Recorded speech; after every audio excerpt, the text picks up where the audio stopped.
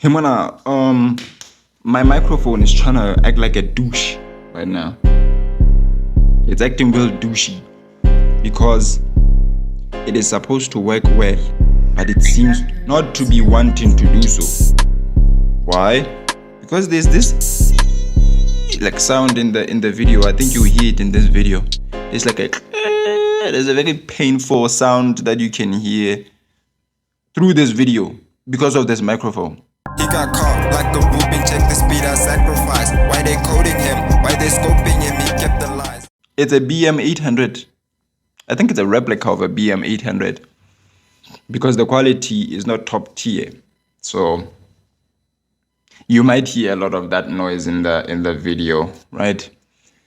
But apart from that,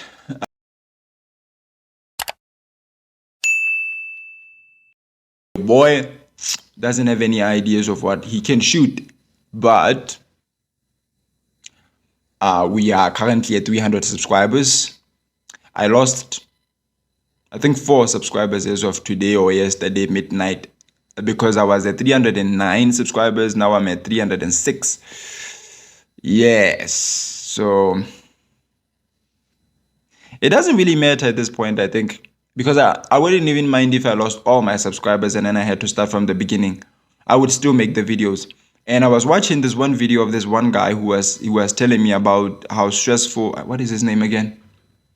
I didn't get his name, but I think he's a streamer or something. He's a streamer / YouTuber. So he was saying that the algorithm of YouTube, if you take a moment and you pause and you don't upload a lot of videos, you're not consistent in uploading and posting videos, the algorithm stops recommending your videos to your subscribers, right? So I was like, okay, so now I'm gonna have to be a slave to YouTube just so I can keep up with the algorithm and I can keep up with my subscribers. I was like, hell no, that is not happening at any time of the day.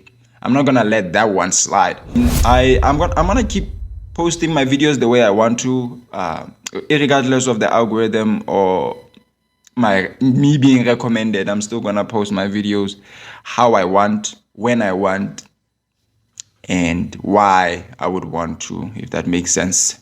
So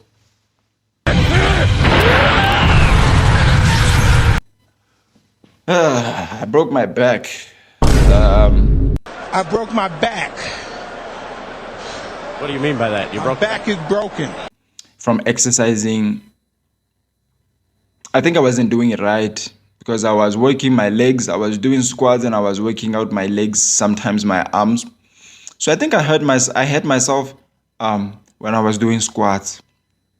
Yeah, I think now I actually know why white people like going to school for everything. They like going to school to learn about literally everything, because I think it's very important to have a coach in life or a mentor that will teach you how to do things, because I don't have I was doing an unguided exercise on doing squats, so I think I breathed in when I was going down. When I came down, And if that's supposed to be, but I think it had something to do with how I was breathing when I was exercising, because sometimes even when I do push-ups, I'll suffocate myself unknowingly. Unconsciously, I will suffocate myself and not breathe in and out as I'm doing the push-ups. Then I will like exhale at the end of my reps. So if I'm doing like 10 reps per set, after 10 reps, then I will exhale, or around 5 or 6. So I think I'm gonna take a rest on working out for this time. And instead of working out the physical muscles, I think I'm gonna work with the mental ones, because I think at this position in life, at this current state in life where I am, I need emotional intelligence and strength more than physical strength. Because honestly, I've met up with like bulky people that work out, but they were stupid as hell. So that told me something, that this is more important than this.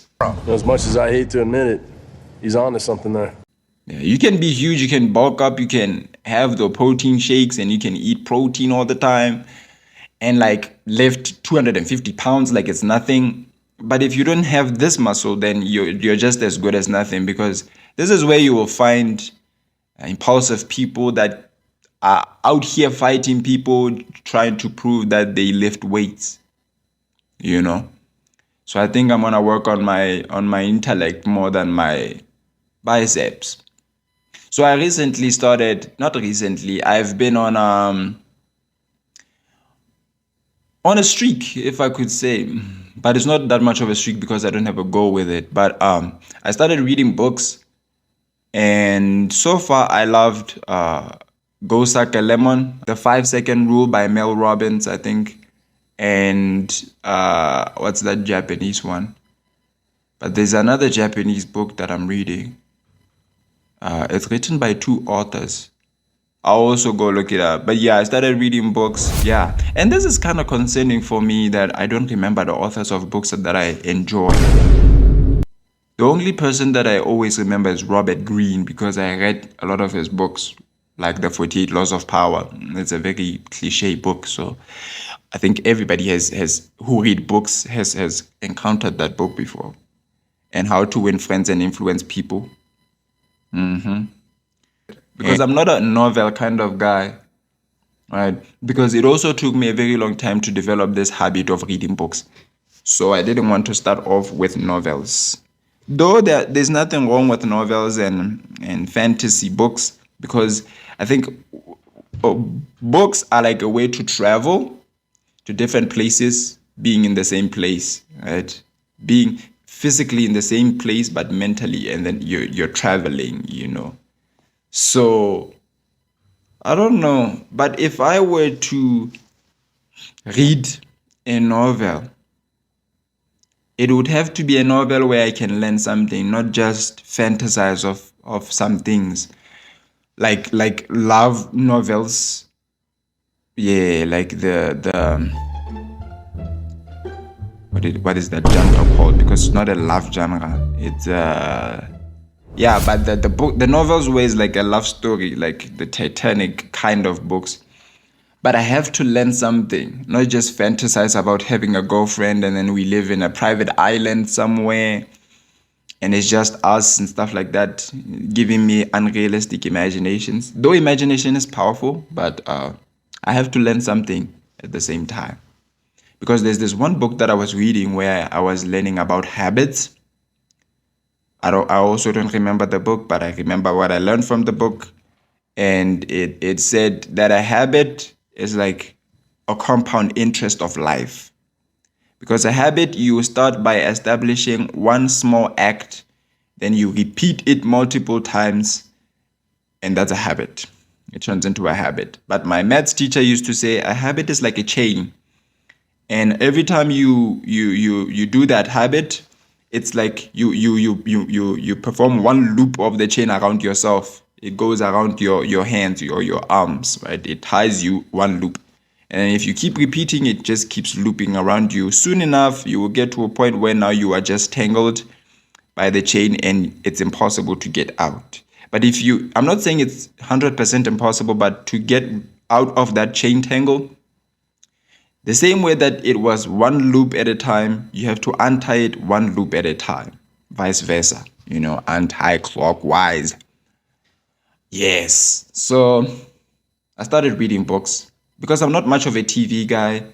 I don't like to sit and watch TV, but I can sit and watch TV. Just as much as I'm not a sports guy, I don't like soccer, but I can watch soccer or football, whatever you guys call it. But yeah, I decided to substitute not watching TV for books and substitute because there's this thing that I observe everywhere in the world where like there'll be like 6 people sitting in a room and all of them are on their phones. That's not my kind of vibe, right? My kind of vibe is sitting with people and all our phones are off or they are not part of the conversation or the theme. And then we have genuine conversations and not shallow conversations, but like deep, like very meaningful and fruitful conversations where you get to learn about someone on a much deeper level. You connect with them emotionally and spiritually, and you get to learn like, more about a person and how they think and how they act and just how they live in general. Yeah, so I'm also trying to learn those habits of I think it's the 10 habits of highly productive people, if that's the title of the book. Yes, so I want to live like that, right? Learn how to communicate with people, learn how to accommodate people, like learn very small gestures that show appreciation to other people. Like when you meet someone for the first time and then you are on your phone, you greet them while on your phone. Or when you greet an adult and then you're sitting down. I think that one is more of our Sesotho culture or other cultures. Yes, I think it's for every culture. You don't greet an elderly person or someone older than you while sitting down as a gentleman. You have to stand up when you shake somebody's hand, and when you shake somebody's hand, usually for men to men, it has to be a firm handshake, and for females, like I do, is a simple handshake, my guy. So yeah, I can be a gentleman sometimes.